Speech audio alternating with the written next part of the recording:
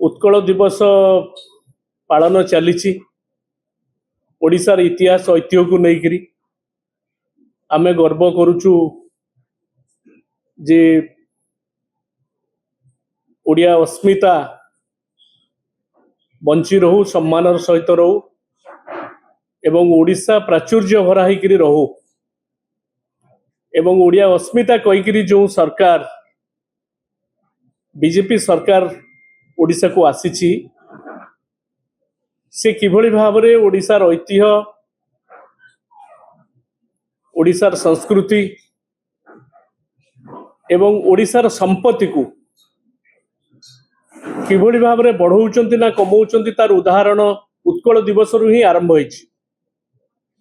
आज भारत सरकार जो निष्पत्ति नैचन्ति रेलवाई क्षेत्र में आम समस्तंक पई प्रत्येक ओडियांक पई अत्यंत दुख एवं दुर्भाग्यजनक विषय।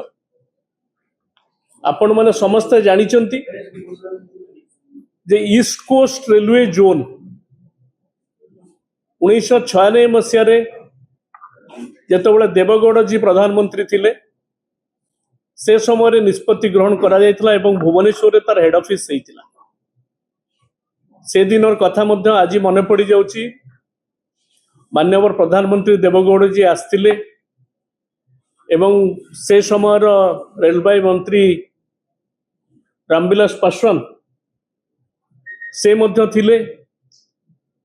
ओडिशार मुख्यमंत्री थिले एवं आमर सर्वमान्य नेता बिजू पट्टनायक तांको उपस्थिति रे ईस्ट कोस्ट जोन आरंभ होइतिला एवं आज पर्यंत ईस्ट कोस्ट जोन गठन हवा दिनु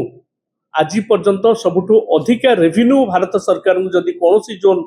19 जोन बोधे अच्छी रेलवे जोन ता भितर सबुठु अधिका रेवेन्यू दौच आम समस्त गोटे गर्वर विषय। किंतु ये ईस्ट कोस्ट जोन को पंगु करने गोटे विधिबद्ध चक्रांत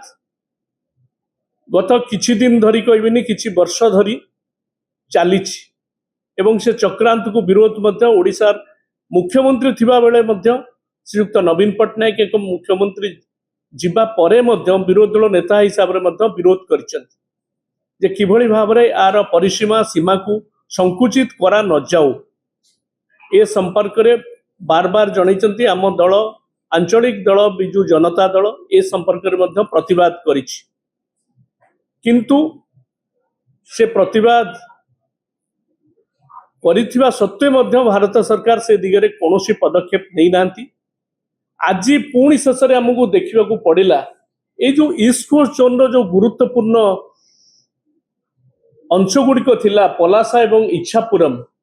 आज सरकार निष्पत्ति नहीं 2/4 रे काली उत्कल दिवस गला आज उत्कल दिवस पालन होछि जे यार प्रमुख अंगटी को ए ईस्ट कोस्ट जोन रु काढ़ी निया जाउछि एवं साउथ कोस्ट जोन को ए परिसीमा को रखिबा पाई। तेणु या फल रे प्राय मु आपन कहबी मो पाखरे जहाँ आनुमानिक अच्छी प्रत्येक वर्ष 25,000 कोटी टंका ए जोन रु जाउथिला भारत सरकार को पाख। ये जो निष्पत्ति आज नियाही मु से परिसंख्यान को परे जीवी डिटेल को किंतु मते जहाँ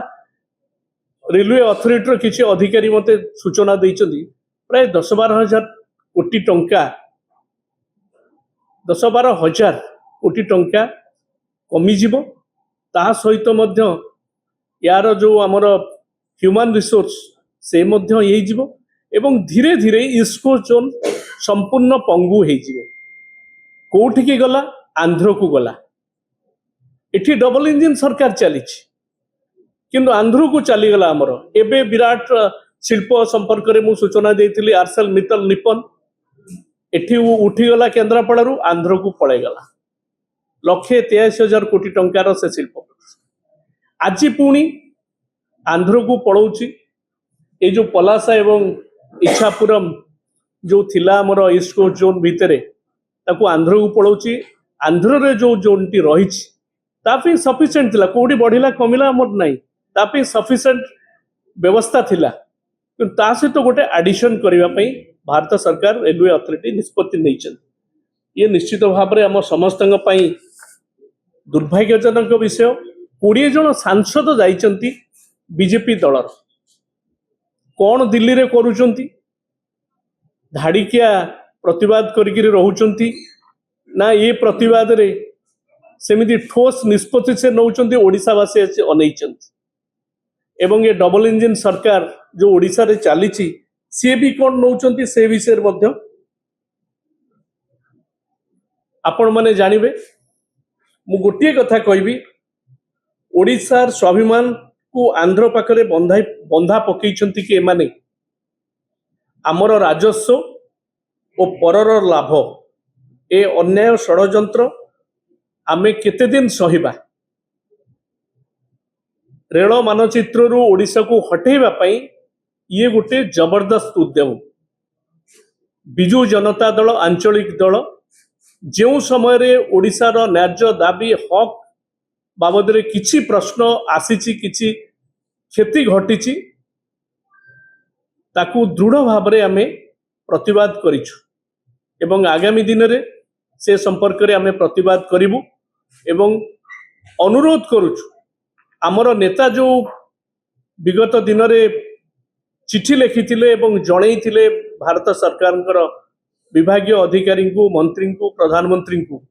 से बाबद रे से निष्पत्ति नियंतु एवं तार गोटे ये अंश विशेष एटा ऑपरेशनल जिनस